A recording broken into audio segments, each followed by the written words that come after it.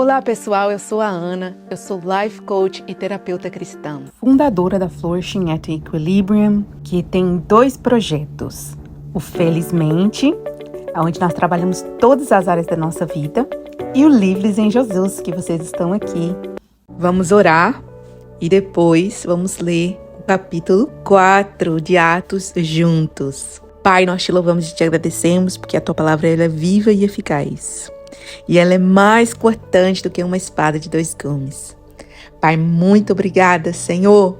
Nos ajuda a discernir, nos dá entendimento, nos dá sabedoria, nos dá graça. Senhor, nos ajuda, Senhor, não ser somente ouvintes da tua palavra, mas praticantes. Deus, em nome de Jesus, que nós possamos ser como a igreja de Atos. Uma igreja avivada, uma igreja, Senhor, livre. Livres em Jesus. Pai, que nós possamos, Senhor, pregar a Tua palavra, que nós possamos ajudar ao próximo, que nós possamos ser igreja, que nós possamos ter uma mente e um coração unânimes em Cristo, fazendo a Tua obra. Pai, que nós possamos ver nessa geração milagres e sinais. Senhor, glorifica o Teu nome através das nossas vidas, através da nossa igreja, da Tua igreja, Pai. Em nome de Jesus, fala conosco com o capítulo 4 de Atos, como o Senhor já tem vindo falando, Pai, do capítulo 1 ao capítulo 4, para a honra e glória do Teu nome, Senhor, e que essa palavra, Senhor, venha, Senhor, atingir muitas vidas e edificar a Tua igreja aqui na terra. Seja feita a Tua vontade aqui na terra, como é feita no céu. Que venha o Teu reino, Pai. Em nome de Jesus nós oramos e já te agradecemos. Vamos lá? Então nós vamos ler a versão NVI, a nova versão internacional. Vamos lá, versículo 1. Enquanto Pedro e João falavam ao povo, chegaram os sacerdotes, o capitão da guarda do templo e os saduceus. Estavam muito perturbados porque os apóstolos ensinavam o povo e proclamavam em Jesus a ressurreição dos mortos. Eita glória, porque Jesus ressuscitou entre os mortos. Eles agarraram Pedro e João e, como já anoitecia, os colocaram na prisão até o dia seguinte. Muitos, porém, dos que ouviram a mensagem, creram, chegando a quase 5.000 o número dos homens que creram. No dia seguinte, as autoridades, os líderes religiosos e os mestres da lei reuniram-se em Jerusalém. Estavam ali Anás, o sumo sacerdote, Caifás, João, Alexandre e todos que eram da família do sumo sacerdote. Mandaram trazer Pedro e João diante deles e começaram a interrogá-los. Com que poder ou em nome de quem vocês fizeram isso? Então Pedro, cheio do Espírito Santo, disse-lhes: autoridades e líderes do povo, visto que hoje somos chamados para prestar contas de um ato de bondade em favor de um aleijado, sendo interrogados acerca de como ele foi curado, saibam os senhores e todo o povo de Israel que por meio do nome de Jesus Cristo, o Nazareno, a quem os senhores crucificaram, mas a quem Deus ressuscitou dentre os mortos, este homem está curado diante dos senhores. Eita glória! Olha só o que Pedro fez, Pedro chamou a atenção deles aqui novamente, porque Jesus foi crucificado pela bondade de Jesus, porque Jesus estava operando milagres, cura, libertação, e os religiosos, eles estavam com medo de que o povo o aceitasse como Messias.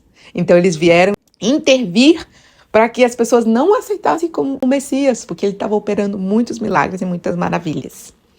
Então Pedro deixa claro que foi por causa da bondade que eles estavam fazendo, que eles agora estavam presos, e que eles tinham curado, feito essa bondade no nome de Jesus, o qual eles o haviam crucificado. Vamos continuar. Por meio do nome de Jesus Cristo Nazareno, a quem os senhores crucificaram, mas a quem Deus ressuscitou dentre os mortos. Este homem está curado diante dos senhores. Este Jesus é a pedra que vocês construtores rejeitaram e que se tornou a pedra angular. porque ele citou aqui o que já estava escrito na lei e eles conheciam. Não há salvação em nenhum outro, pois debaixo do céu não há nenhum outro nome dado aos homens pelo qual devamos ser salvos. Aqui ele falou que não é como as pessoas dizem por aí, né? Qualquer caminho te leva a Deus. Não, é somente Jesus Cristo que é o caminho. Só através de Jesus Cristo que nós podemos ser salvos e ter a vida eterna. Vamos continuar. Vendo a coragem de Pedro e de João, e percebendo que eram homens iletrados e sem instrução, lembram? Eles eram pescadores. E agora com toda essa autoridade, discernimento e graça, falando da lei dos profetas e de Jesus Cristo. Ficaram admirados e reconheceram que eles haviam estado com Jesus. Não tem como ter uma transformação dessa se não é através de Jesus. Não tem como ter sabedoria se não é através do nome de Jesus. Além disso, como podiam ver que o homem que fora curado estava com eles, nada podiam dizer em contra. O que eles teriam a dizer em contra a bondade que pelo nome de Jesus um aleijado agora andava, né? Assim, ordenaram que se retirassem do sinédrio e começaram a discutir perguntando: que faremos com estes homens? Mesmo assim, o coração deles eram duros. Por quê? Se ele fez uma bondade e estava fazendo em nome de Jesus uma bondade, por que eles não cogitaram? Por que a gente ainda não se converteu a esse Jesus tão poderoso? Não. O que faremos com esses homens? Né? A pergunta deles. E agora a gente precisa de analisar o nosso coração. Porque às vezes está acontecendo coisas boas ao nosso redor e a gente não consegue ver. Porque a gente está preocupado demais em saber se a gente está perdendo, né? Com uma mentalidade de escassez. Parece que estamos perdendo algo. Aqui, eles pareciam estar perdendo a autoridade. Mas é uma autoridade que eles nunca deveriam ter em primeiro lugar, né? Porque toda autoridade, todo poder pertence a Deus. E eles queriam ali controlar o povo para poder continuarem recebendo dinheiro, né, do povo. Então, eles não estavam preocupados em glorificar o nome de Deus, e sim em continuarem com a autoridade, com o poder que eles tinham. Vamos continuar. Todos os que moram em Jerusalém sabem que eles realizaram um milagre notório que não podemos negar. Para que eles queriam negar, né? Eis aí a pergunta. Contudo, para impedir que isso se espalhe ainda mais no meio do povo, precisamos adverti-los de que não falem com mais ninguém sobre esse nome. Peraí, eles fazem uma bondade, curam um aleijado. Aí eles querem impedir que isso aconteça, que mais cura aconteça, que mais milagre aconteça. Só Satanás para controlar o coração das pessoas dessa forma. Eles eram líderes da igreja e totalmente dominados pela força do mal, querendo impedir a obra de Deus. Então, às vezes, nós precisamos de tomar cuidado, porque pode ser nós fazendo isso. Às vezes, tentando impedir a obra de Deus. Às vezes, com inveja, um irmão estuda e se forma e a gente, ao invés de torcer por eles, se alegrar pela vitória deles, né? Começa a colocar empecilho na vida desse irmão, achando que esse irmão tem que estar ali no mesmo nível escolar que nós estamos. Então, cuidado com a sua mente para que você não seja usado pelo inimigo, mas que você seja livre em Jesus, sendo usado somente por Deus. Amém? Vamos continuar.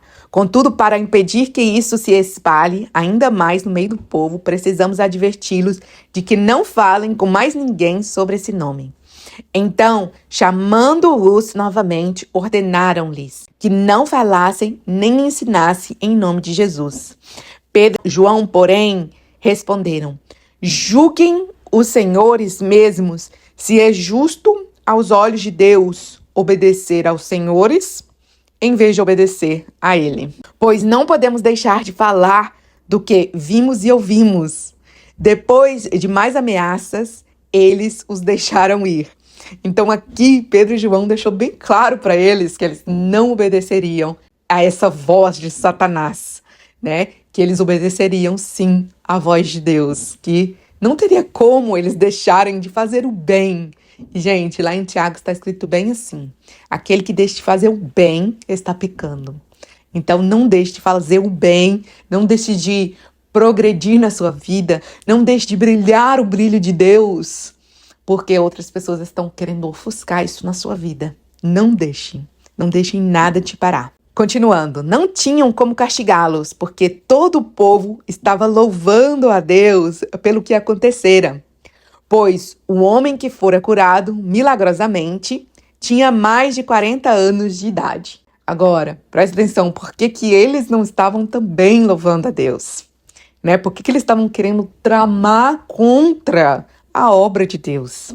É por causa da cegueira do coração deles, por causa da dureza do coração deles. Né? Novamente, batendo naquela mesma tecla.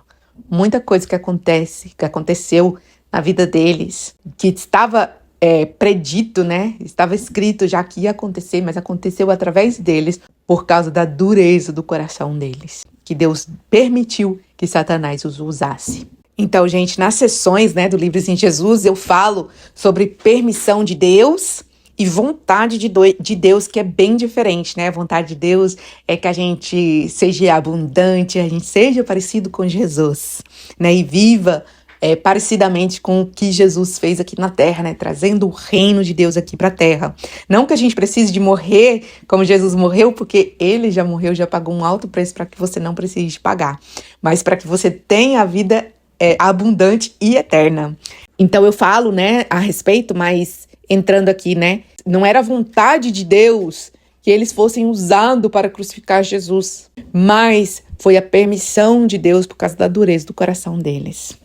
E você que ainda não está no grupo do WhatsApp do Livres em Jesus, na descrição do vídeo, é só entrar, é gratuito e você não perde nada. Essa é a penúltima chamada que eu vou fazer, porque amanhã o grupo fecha e fica privado. Quem entrou, entrou. Quem não entrou, não entra mais.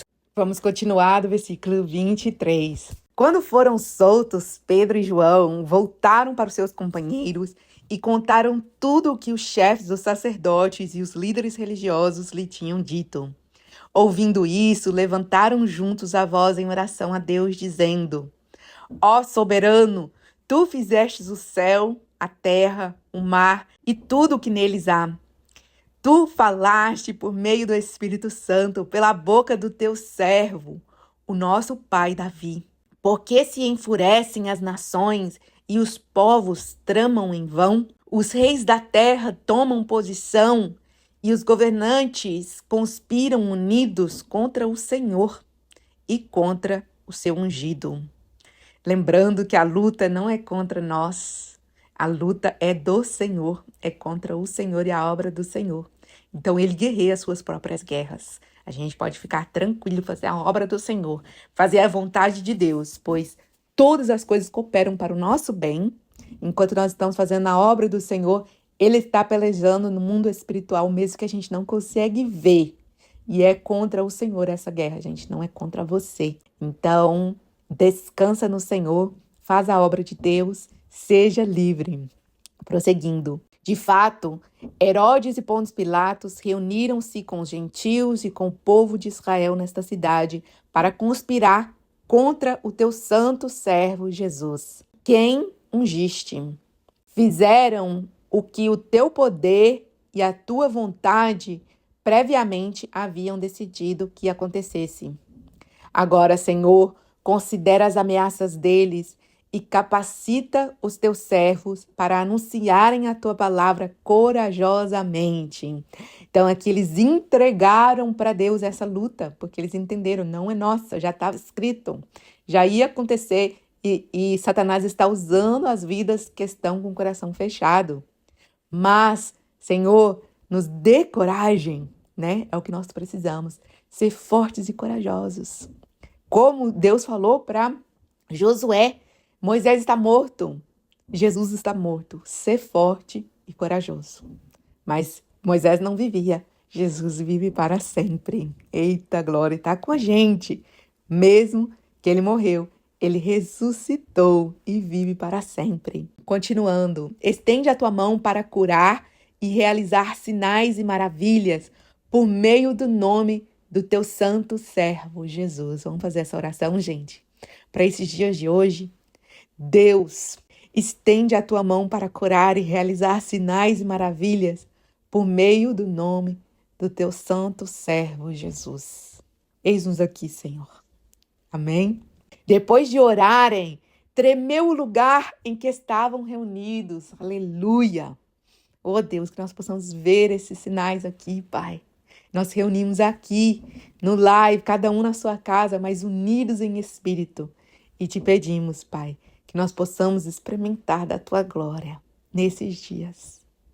Todos ficaram cheios do Espírito Santo e anunciavam corajosamente a palavra de Deus. Você é livre em Jesus para anunciar a palavra de Deus. Estamos aqui anunciando a palavra de Deus. Eita! Da multidão dos que creram, uma era a mente e o coração. É isso que nós precisamos, a união da igreja. Gente, o seu irmão, não compita com ele. Torça por ele. Tenha a mesma mente. Ele é servo do Senhor. Você, se as pessoas não estiverem torcendo para você, mas estiverem te colocando para baixo, saiba que elas estão sendo usadas pelo inimigo, assim como a igreja foi usada contra os discípulos, contra o próprio Jesus. Mas existe um remanescente. Nós estamos aqui, nós somos o remanescente.